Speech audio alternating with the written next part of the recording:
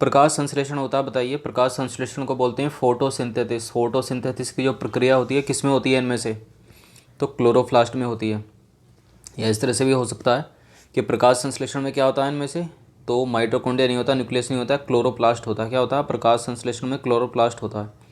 Next है cytology कहलाता है, बताइए किसका अध्ययन कहलाता है साइटोलॉजी? तो ये कहलाता है कोशिकाओं का अध्ययन। क्या कहलाता है? कोशिकाओं के अध्ययन को बोला जाता है हम साइटोलॉजी।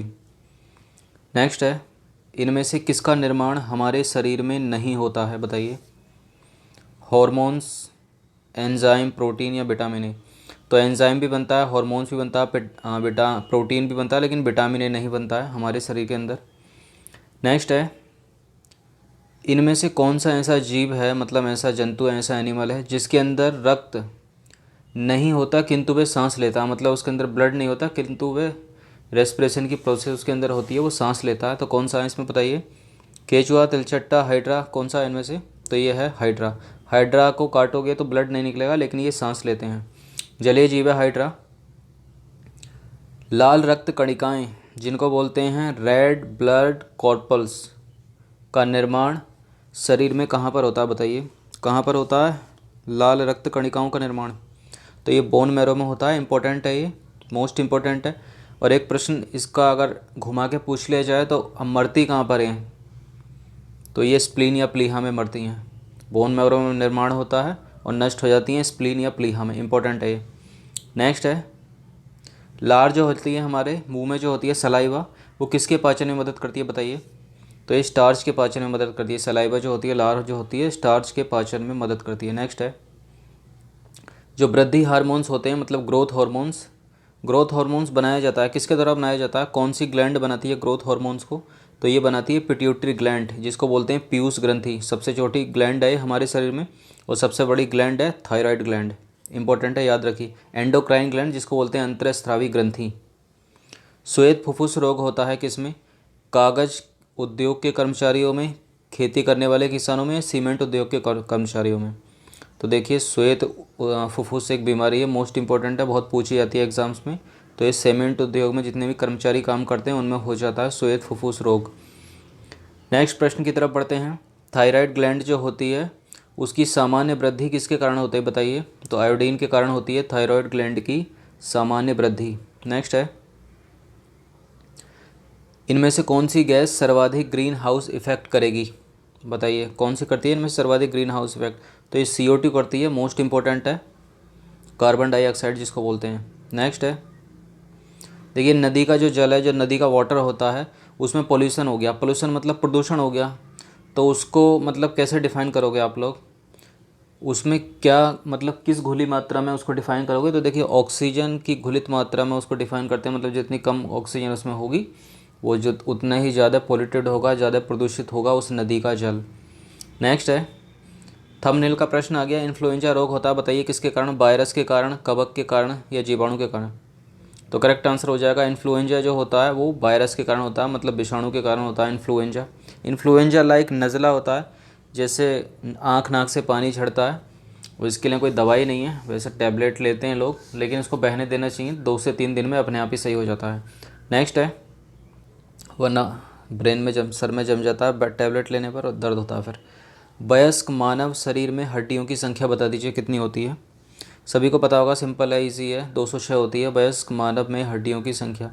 जल में घुलनशील विटामिन बता दीजिए, मोस्ट इंपॉर्टेंट है, पूछते रहते हैं इसको। देखिए जल में घुलनशील विटामिन कितनी बार मैंने बता रखे हैं टेस्ट में। देखिए जल में जो घुलनशील हैं वो BC हैं, और बसा में है A, D, E और K। इंपॉर्टेंट है, ये वाटर में हो गए और ये वसा में हो गए। तो करेक्ट आंसर क्या हो जाएगा? जल में घुलनशील vitamin C, A, D, E के वसा में। नेक्स्ट है इनमें से कौन टमाटर के लाल रंग के लिए उत्तरदायी है, बताइए। तो टमाटर के लाल रंग के लिए जो उत्तरदायी है यहाँ पर वो है लाइकोपेन। कौन सा है? लाइकोपेन टमाटर के लाल रंग के लिए उत्तरदायी, इंपॉर्टेंट है।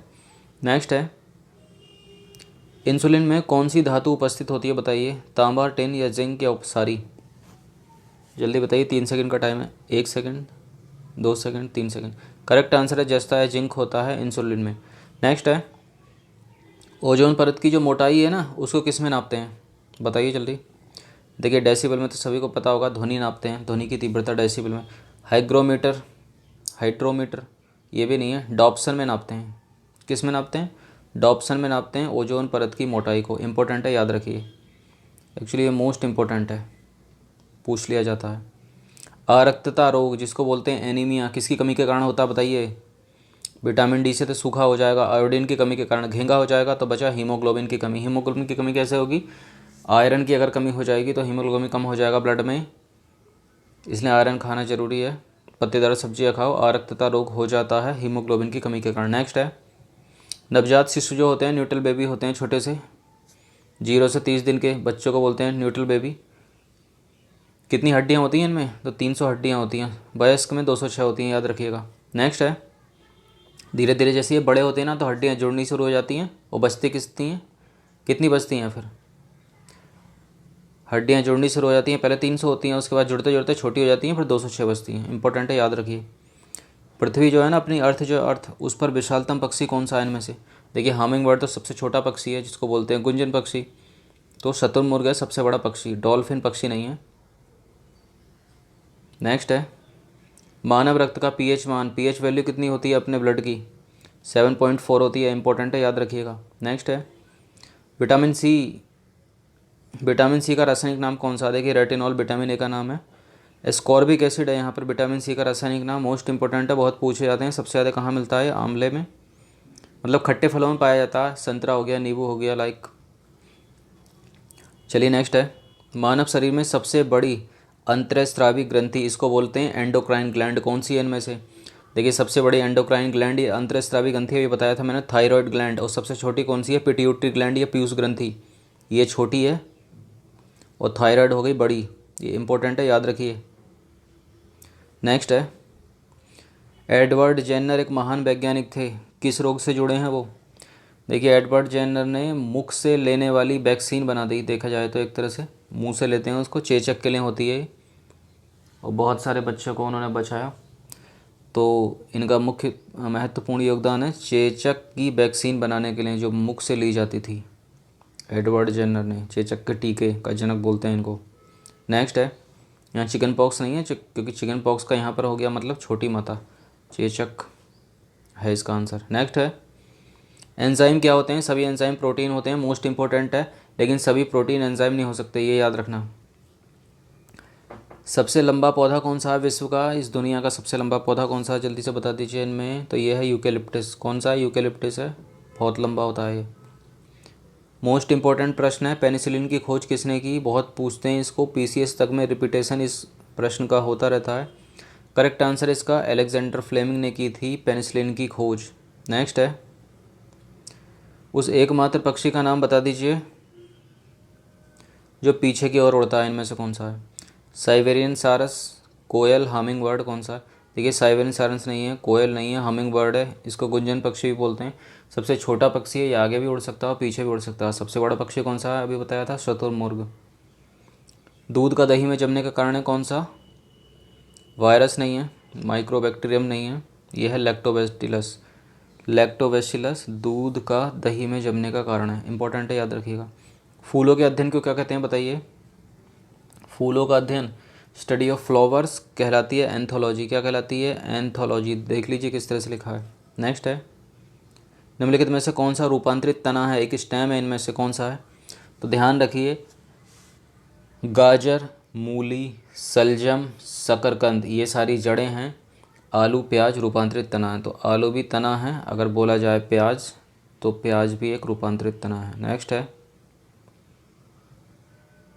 मानव शरीर में सबसे छोटी एंडोक्राइन ग्लैंड या अंतःस्रावी ग्रंथि कौन सी है? बताइए, भी बताई थी। सबसे छोटी है पीयूष ग्रंथि, पाई जाती है मस्तिष्क के अधर तल पर। इसको बोला जाता है पिट्यूटरी ग्लैंड। बहुत सारे हार्मोन्स इससे निकलते हैं, ग्रोथ हार्मोन्स भी इसी से निकलता है। सबसे बड़ी ग्लैंड है थायराइड ग्लैंड, अंतःस्रावी ग्रंथि। संसार का सबसे तेज बढ़ने वाला पौधा कौन सा है? बताइए, सबसे तेज बढ़ता है इनमें से। मनी प्लांट नहीं है। यूकेलिप्टस सबसे लंबा होता है। यहाँ प्रश्न बात हो रही है सबसे तेज बढ़ने वाला। करेक्ट आंसर है बांस का पौधा बहुत तेज बढ़ता है, सबसे तीव्र गति से बढ़ता है। प्याज में खाने योग्य भाग्य नहीं है, भाग है। प्याज का खाने योग्य भाग कौन सा है इनमें से? अभी बताया था मैंने। तो तने ही खाओगे प्याज का, क्योंकि आलू और प्याज दोनों तने हैं। और सलजम, शकरकंद, गाजर, मूली, ये क्या है? जड़ें हैं। गुर्दे की कार्यात्मक इकाई बता दीजिए जल्दी से, क्या है गुर्दे की कार्यात्मक इकाई, जिसको बोलते हैं किडनी, KIDNEY, किडनी। तो ये है नेफ्रॉन। क्या है? गुर्दे की या किडनी की कार्यात्मक इकाई नेफ्रॉन। नेक्स्ट है, हमारा जो शरीर है ना, हमारा शरीर, उसमें त्वचा के नीचे बसा किसके विरुद्ध कार्य करती है? जो बसा होती है ना, लेयर होती है फैट की, किसके विरुद्ध कार्य करती है? तो शरीर से ऊष्मा की हानि नहीं होने देती। इसलिए आपने देखा होगा जो मोटे लोग होते हैं ना, उनको सर्दियों में ठंड कम लगती है, क्योंकि काफ़ी मात्रा में चर्बी होती है उनकी बॉडी पर। नेक्स्ट है, निम्न में से किसको RBC का कब्रिस्तान कहा जाता है? RBC, रेड ब्लड कॉर्पसल्स का कब्रिस्तान किसको कहा जाता है? स्प्लीन या प्लीहा को कहा जाता है। और ये जन्म कहाँ लेती हैं? बोन मैरो में। तो करेक्ट आंसर हो जाएगा, मरेंगी प्लीहा में, जन्म लेंगी अस्थि मज्जा में। नेक्स्ट प्रश्न की तरफ बढ़ते हैं। जो हमारा यूरिन होता है, मूत्र होता है, वो उसका पीला रंग किसकी मौजूदगी के कारण होता है? बताइए। अधिक हल्दी युक्त भोजन के कारण नहीं होता है, पित्त के कारण नहीं होता है, यूरोक्रोम के कारण होता है। और ये मोस्ट इंपॉर्टेंट प्रश्न है, बहुत पूछा जाता है, पालतू है। नेक्स्ट है, कहाँ काम करने वाले व्यक्तियों को ब्लैक लंग रोग हो जाता है? बताइए। तो कोयले की खान में जो लोग काम करते हैं उनको ब्लैक लंग रोग होने की संभावना बढ़ जाती है। नेक्स्ट है, जो गुणसूत्र होते हैं, जो क्रोमोसोम होते हैं, वो किसके बने होते हैं? तो देखिए, DNA के ही बने होते हैं, प्रोटीन के ही बने होते हैं, RNA के बने नहीं होते। तो करेक्ट आंसर क्या हो जाएगा? फर्स्ट और सेकंड दोनों। DNA और प्रोटीन के बने होते हैं क्रोमोसोम या गुणसूत्र। किसकी उपस्थिति के कारण गिरगिट रंग बदलता है? वर्ण की लवक, हीमोग्लोबिन, क्लोरोफिल, या इनमें से कोई नहीं? देखिए, क्लोरोफिल तो पौधों में पाया जाता है, तो इसका ये तो होगा नहीं। हीमोग्लोबिन भी नहीं है इसका आंसर। इसका आंसर है वर्ण की लवक। वर्ण की लवक की उपस्थिति के कारण जो गिरगिट होते हैं वो रंग बदलता है। दिल का दौरा किस कारण पड़ जाता है? बताइए, किस कारण होता है दिल का दौरा? हृदय की गति रुक जाना, हृदय में रक्त की आपूर्ति, हृदय पर जीवाणुओं का हमला। बताइए किस कारण होता है? देखिए, करेक्ट आंसर जो यहाँ पर हो जाएगा, देखिए, हृदय की गति रुक जाना। हृदय की गति तो बाद में रुकेगी, पहले हृदय में रक्त की आपूर्ति जो होती है वो पूरी नहीं हो पाती, उसी के कारण होता है दिल का दौरा। और एक बार अच्छे से जो ब्लड, जो हार्ट होता है वो ब्लड को पंप ही नहीं करा पाता, क्योंकि उसमें जो रुधिर का फ्लो है, जो ब्लड का फ्लो है, वो पर्याप्त मात्रा में नहीं पहुंच पाता। तो पर्याप्त मात्रा में जब ब्लड पहुंचेगा ही नहीं रुधिर में, रुधिर उसको पंप कैसे करेगा, उसको प्योर कैसे करेगा? तो फिर क्या होगा? हृदय की गति उसके बाद रुकेगी। तो ये डी करेक्ट हो जाएगा। हृदय पर जीवाणुओं के हमले से कोई मतलब नहीं है। तो करेक्ट आंसर हो जाएगा इसका बी। हृदय में रक्त की आपूर्ति की वजह से दिल का दौरा होता है। नेक्स्ट है, प्रकाश संश्लेषण या फोटोसिंथेसिस की प्रक्रिया का अंतिम उत्पाद बताइए क्या है? देखिए, प्रकाश संश्लेषण क्या होता है? पौधों के द्वारा होता है प्रकाश संश्लेषण।